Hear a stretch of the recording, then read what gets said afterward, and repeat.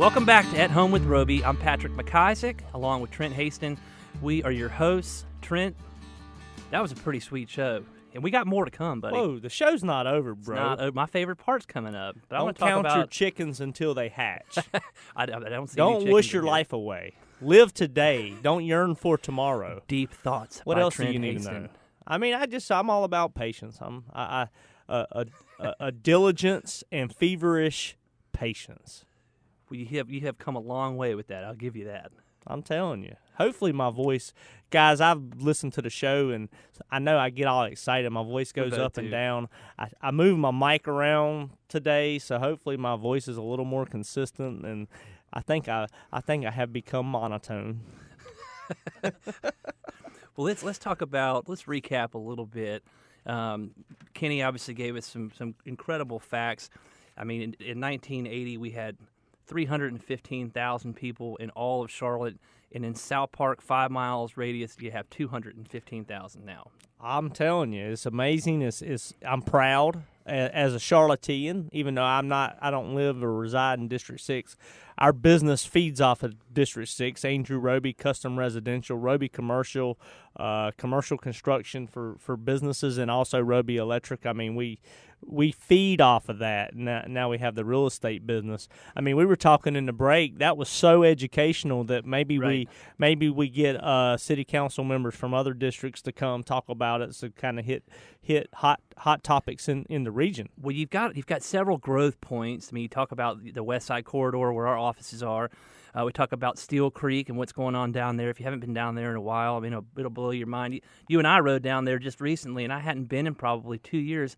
I was floored by all the development that's going on. Oh, it's crazy. I mean, really. I mean, it's the funny thing I said earlier.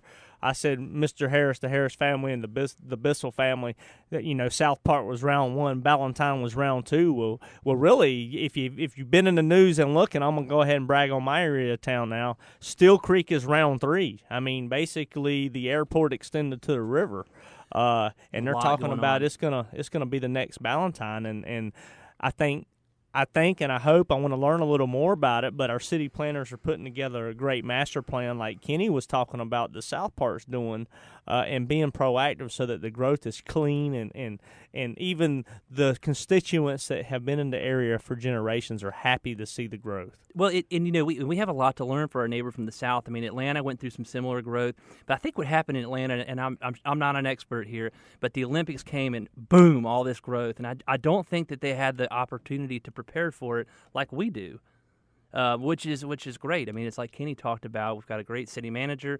They've got the Urban Land Institute involved. I mean, we're poised for some big things.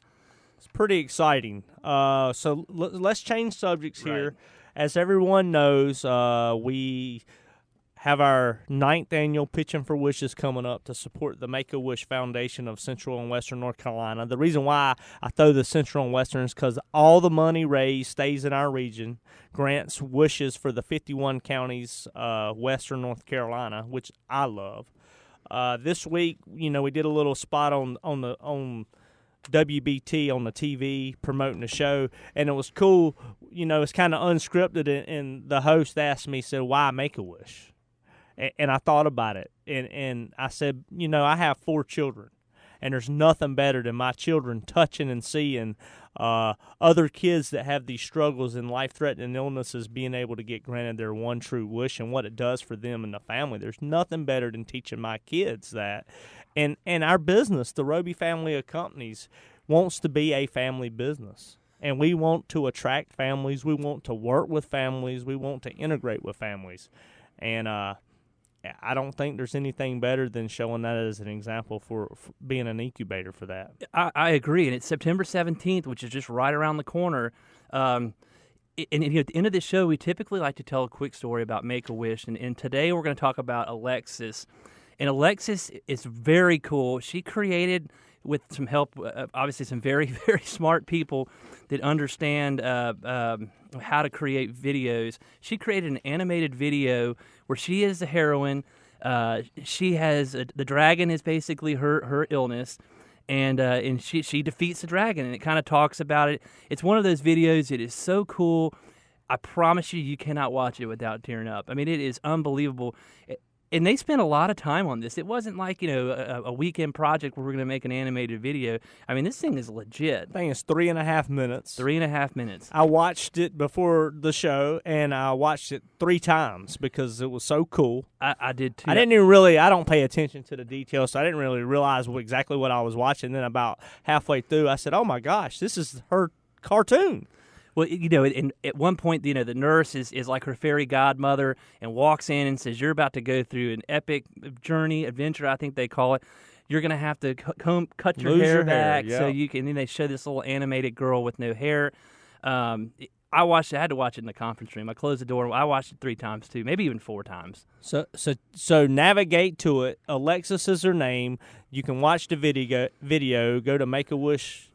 At Make-A-Wish's website. I'll tell you what, we'll put it on Roby Electric, Roby Realty, Pitching for Wishes, and Andrew Roby's Facebook page, so you can take a peek at it there. It's awesome. It's awesome. And then we're going to have Kenny the Charlotte Smith on there too, right? Yeah, not Kenny the Jet, Kenny the Charlotte Smith. Yeah, if you've heard the show, and Trent talk about his infatuation with Kenny Smith. We didn't even cut up that much. He said he grew up in Charlotte right around South Park. I'm assuming he went to Myers Park High School or maybe South Meck or something.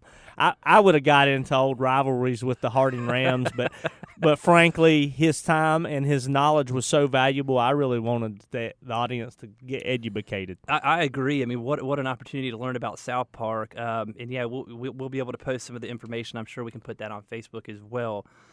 September 17th is right around the corner, our cornhole tournament. Check out Alexis's story. It's fantastic. All the money from the cornhole tournament stays here in Charlotte. Join us next Sunday from 9 to 10 when we have Mike Rogers from Killingsworth.